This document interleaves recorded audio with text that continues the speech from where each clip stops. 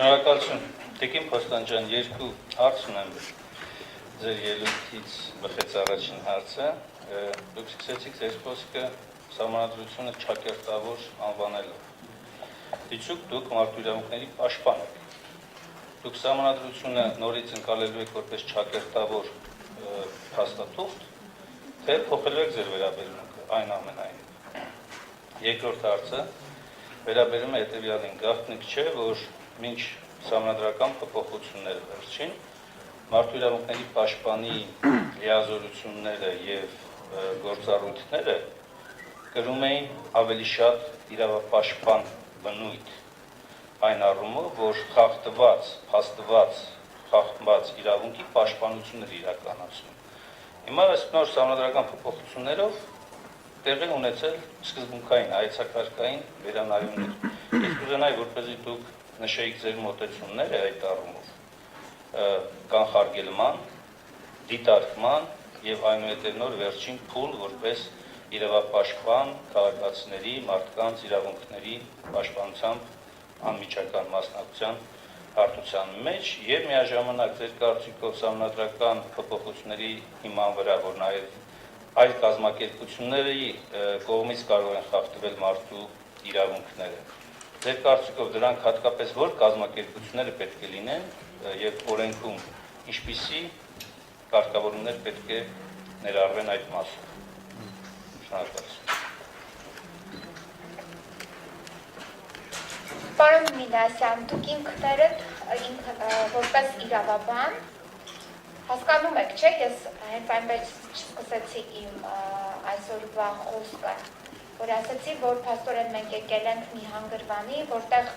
քննություն ենք հանձնում այս սահմանադրության։ Մենք փաստորեն չունեինք հնարավորություն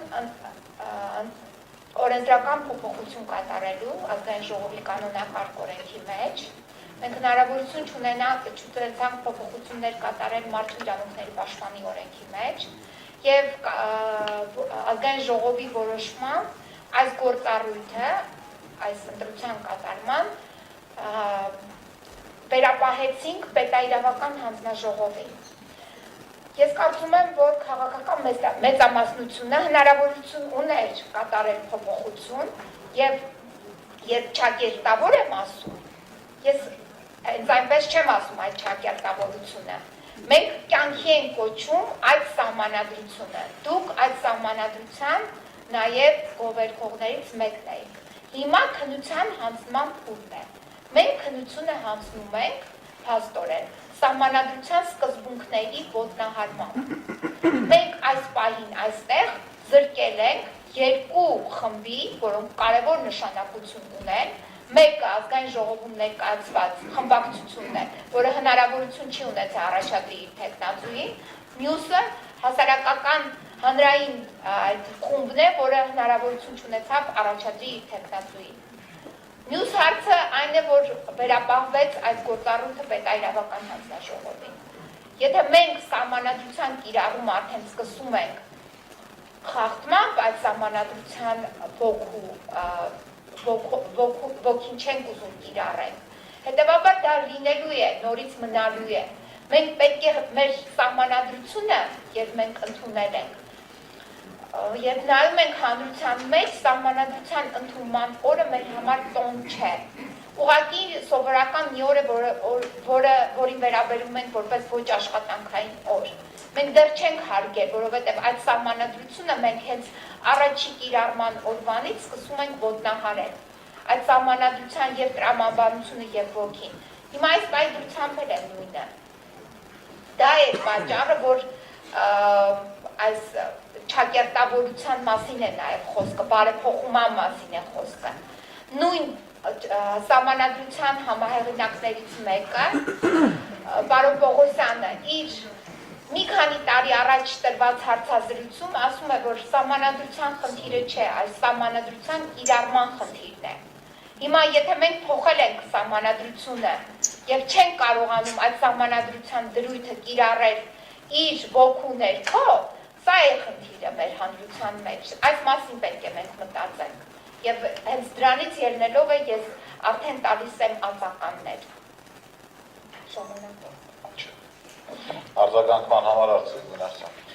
Շնորհակալություն Տիկին Պոստանջան, նախ միանգամից ասեմ, որ ես կողմ եմ քվեարկելու ձեզ, որպեսզի այլ տպավորություն չլինի, բայց այն ինչ դուք պատասխանեցիք իմ առաջին հարցին, իսկ երկրորդ հարցը անտեսեցիք, Չեմ անտես, ուղղակի չասեմ։ հիմա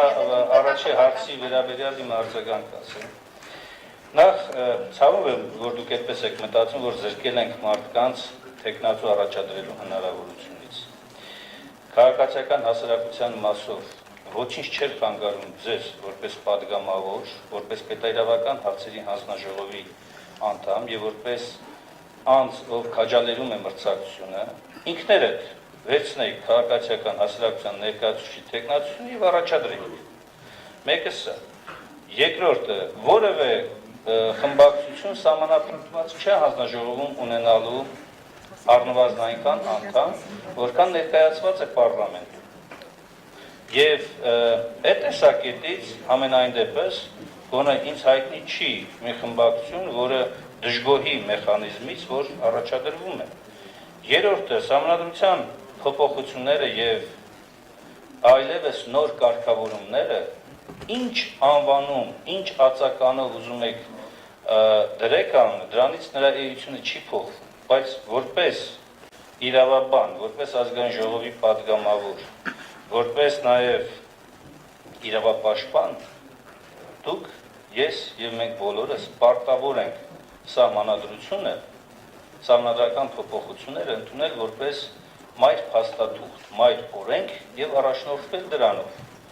Եթե համակարծիք չեք, որ սահմանադրությունը ընդունվել է, դրա վերաբերյալ գոյություն ընթացակարգ։ Բայց որպես իրավաբան դուք էլ լավ գիտեք, որ եթե չկա այլ հաստատում, մասնավորապես սահմանադրական դատարանի որոշում, ձեր կողմից նշված փաստերի առնչությամբ, կեղծիքներ եւ այլն, ուրեմն սահմանադրությունը գործում է։ Եվ այս փոփոխություններն էլ ուժի մեջ են։ Դրա համար եք նաեւ դուք առաջադրվել։ Դրա համար է նաեւ այն, որ մինչ այս փոփոխությունները 1/5-ն էին պատգամավորների ընդհանուր թվի առաջադրման իրավասության օժտված։ Ուրեմն այդ կարգի դեմ դուք պետք է բողոքեիք, որ քաղաքացիական հասարակությունը ինքնուրույն չի կարող ներկայացնել։ Բայց դուք չեք բողոքում այնտեղից, հանկարծ բողոքում եք այստեղից։ Ինչն է ձեզ խանգարում, որ դուք ասում եք պետայրավականում են քննարկում հարց, այլ ոչ թե մարդու իրավունքների պաշտպանության հանձնաժողովում։ Ինչն է խանգարել։ Այսինքն մրցակցային առումով ո՞րն է խանգարող հանգամանքը։ Եվ ուզում եմ երկրորդ հարցին այնուամենայնիվ դուք անդրադառնաք, որովհետև սա հայեցակարգային բնույթի է եւ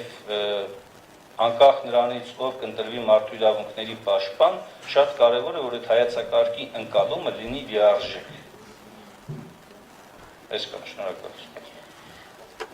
Սկսեմ վերջի հարցից, հայեցակարգի վերաբերյալ։ Երկրորդ համաշխարհային պատերազմից հետո եւ աշխատում էին հաստատքի վրա մարդու իրավունքների համընդհանուր հռչակագրի տիկին Էլեանորա Ռուզվելտը, որը հիմնականում ինքն էր ղեկավարում այդ գործընթացը, փորձել էին այդ ձեր ասած հայեցակարգը մշակել, ինչպիսին պետք է լինի։ Եվ արդեն փաստաթուղթը պատրաստ էր եւ պետք է քվեարկվեր, բրիտանացիները ասացին, որ ինքը լավ փաստաթուղթ է, բայց քանի որ չունի պարտադրողական բնույթ կիրառման մեջ,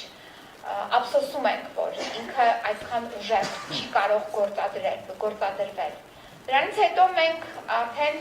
աշխարհը էվոլյուցիա ապրեց եւ 76 թվականին ընդունվեց հաջորդ հայեցակարգը, փաստաթուղթ, որպես այդպեսին, որը պարտավորեցնում էր պետություններին պաշտպանել մարդու իրավունքները, դա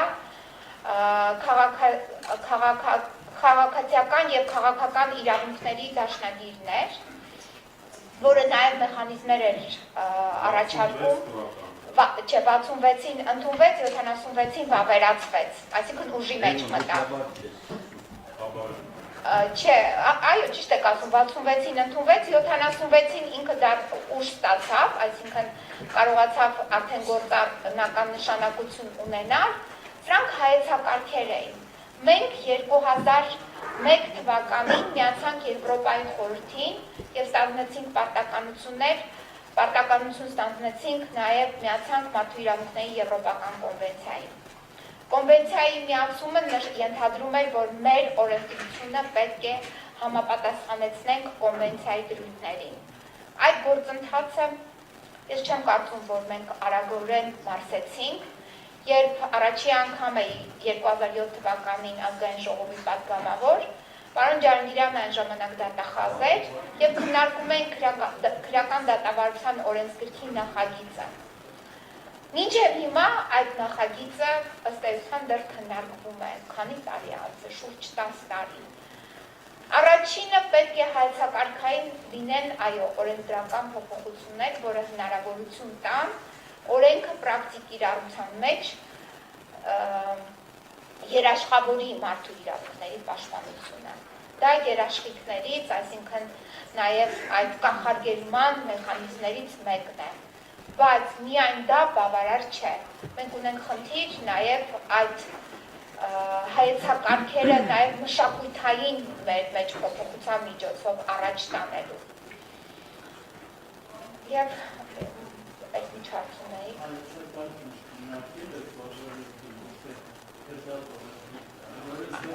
Հայեցակարգը, այո, որ միջև հիմա և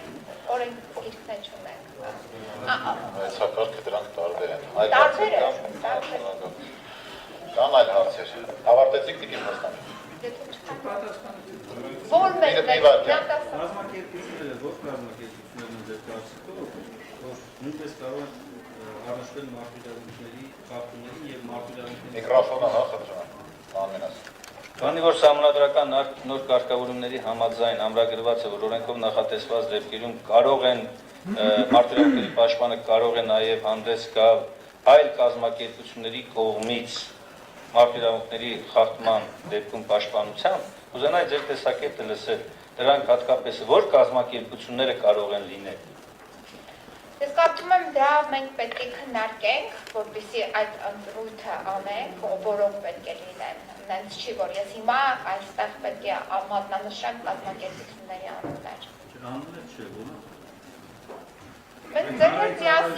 Մենք ձեր հետ միասին կքննարկենք եւ